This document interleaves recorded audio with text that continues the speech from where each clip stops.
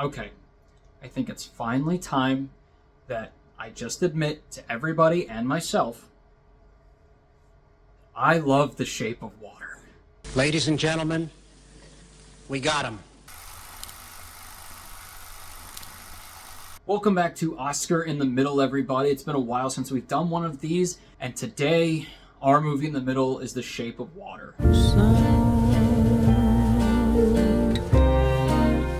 The Shape of Water is Guillermo del Toro's whimsical version of Beauty and the Beast, following a mute woman as she falls in love with a sea creature being held captive at a government lab. It stars Sally Hawkins, Doug Jones, Octavia Spencer, Richard Jenkins, and Michael Shannon. Alright, so I'm going to get this out of the way now. I don't think that The Shape of Water was undeserving of Best Picture. I just think that there were others in that year that deserved it more.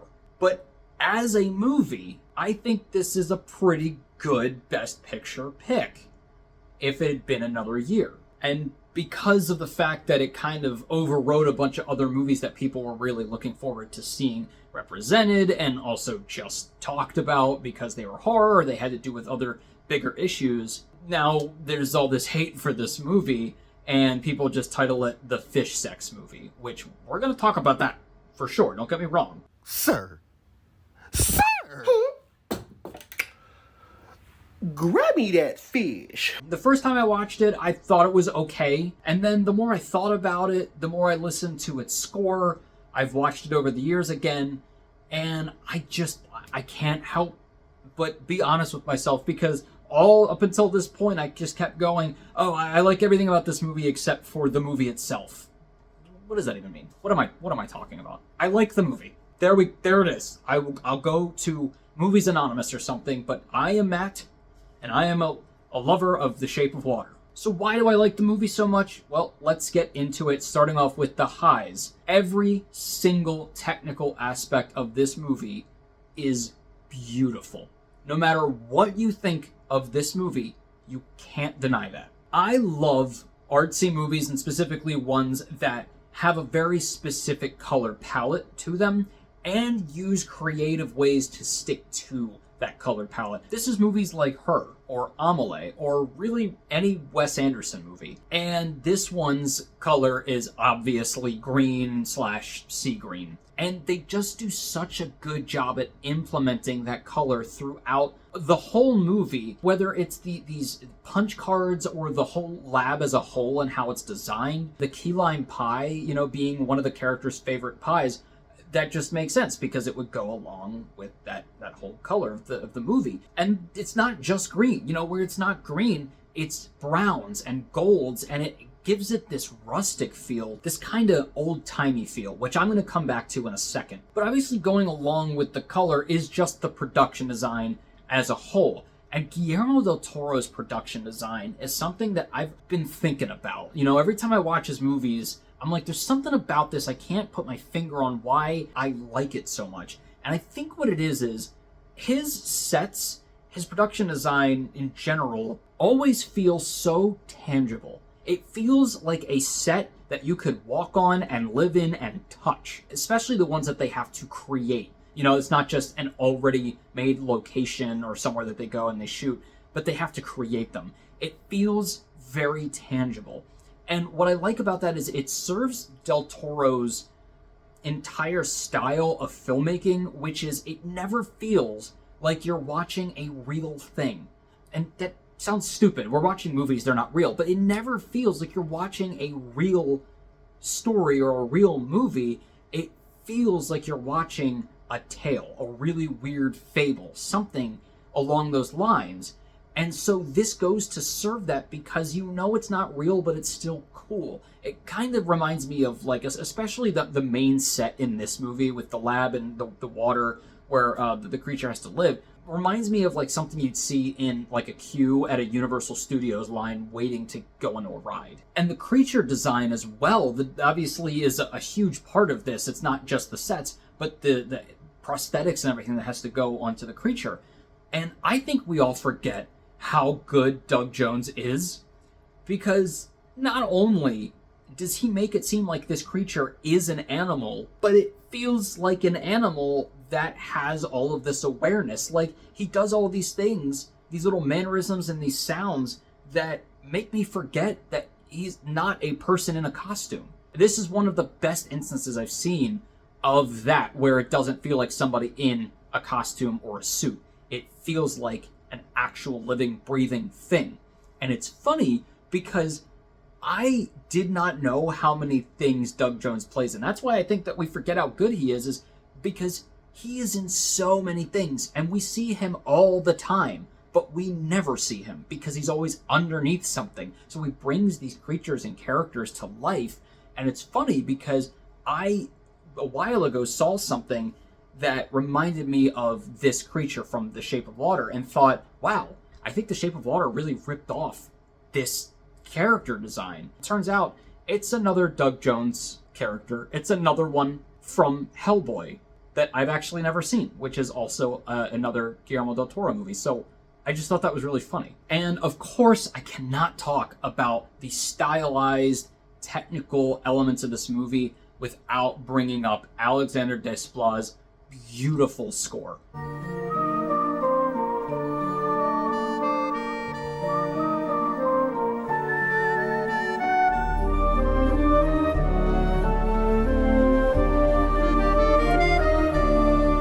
He is one of the best composers working today, and I don't think people realize how much they know by him, but he just goes into any movie and just does something different. But it's always so good and makes you feel so much. And this movie would not be complete without it. And in fact, the music really just enhances this movie to another level. Now, I've already talked about it a little bit in my Shape of Water Music in the Middle a long time ago, which is one of the first ones I did. But there's actually another one that I hadn't known at the time that wasn't just the main theme that I love as well. It's called Eliza's Theme. And it's basically the Shape of Water main theme if it wasn't creepy and haunting, but really lighthearted and fun. I'm not going to do a whole Music in the Middle right now on it, but it's got this bit in it, which I would play over and over and over because of just how beautiful the ups and downs were in just this little sequence.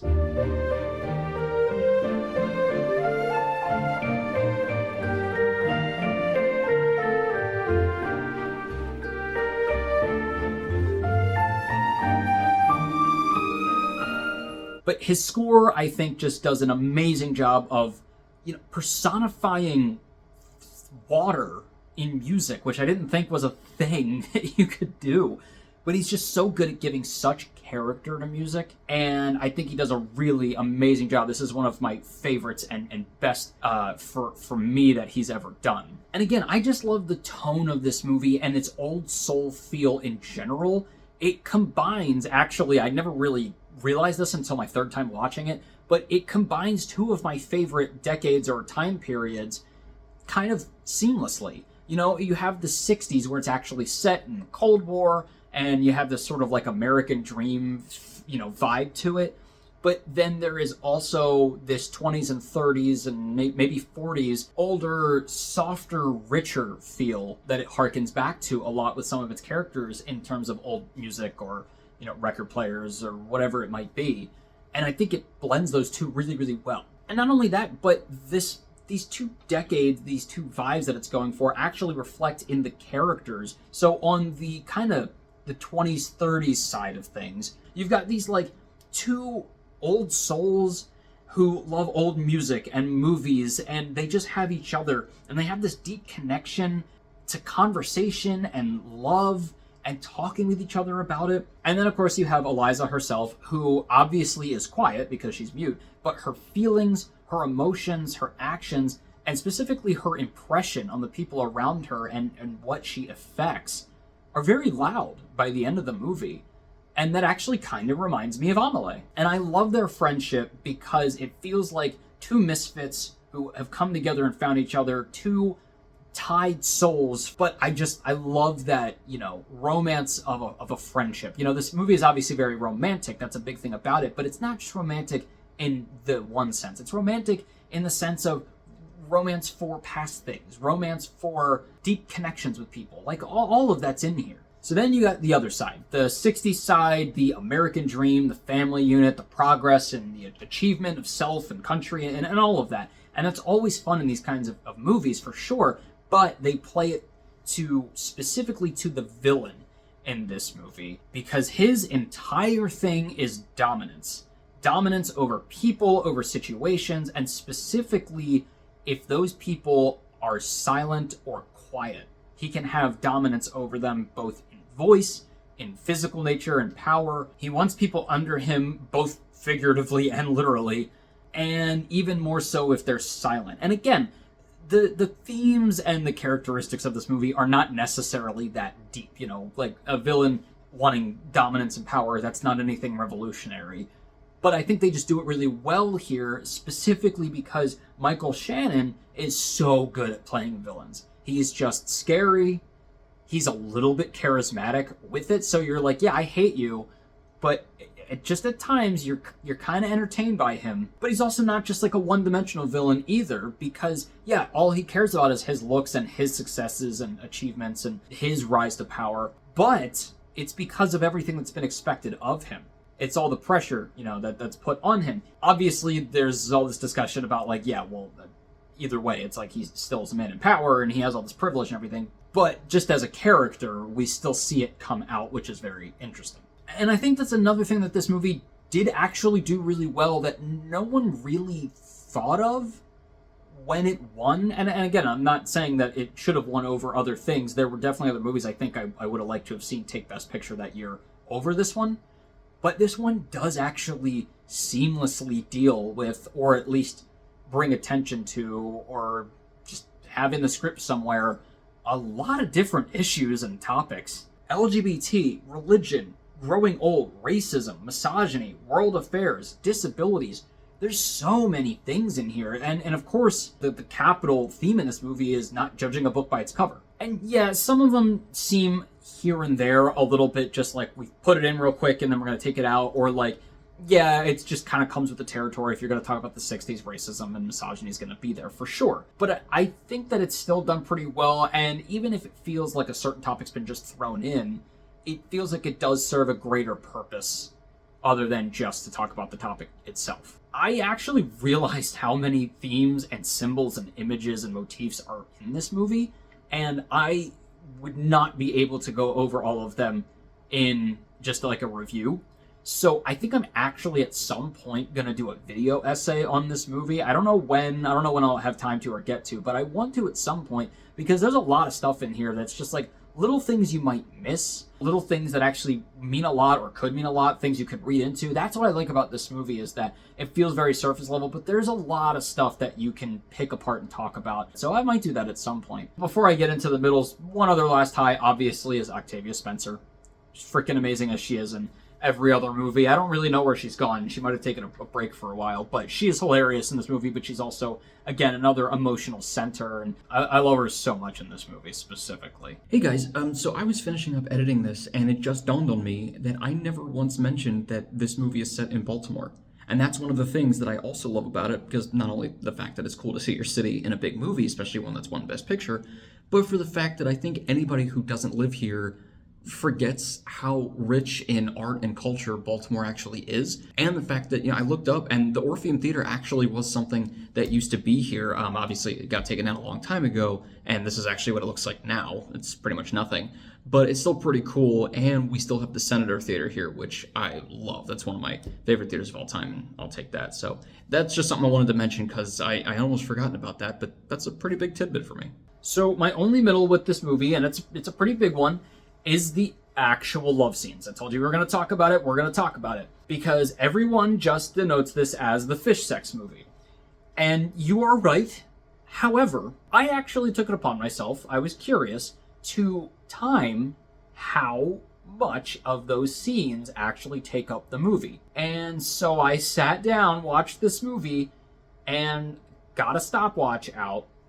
I don't know the stopwatch. I got my phone out and I clocked it. This is what I do with my time. And out of almost 2 hours of movie here, the amount of time that they actually show or allude to them being romantic together, Eliza and the creature, is 2 minutes and 8 seconds.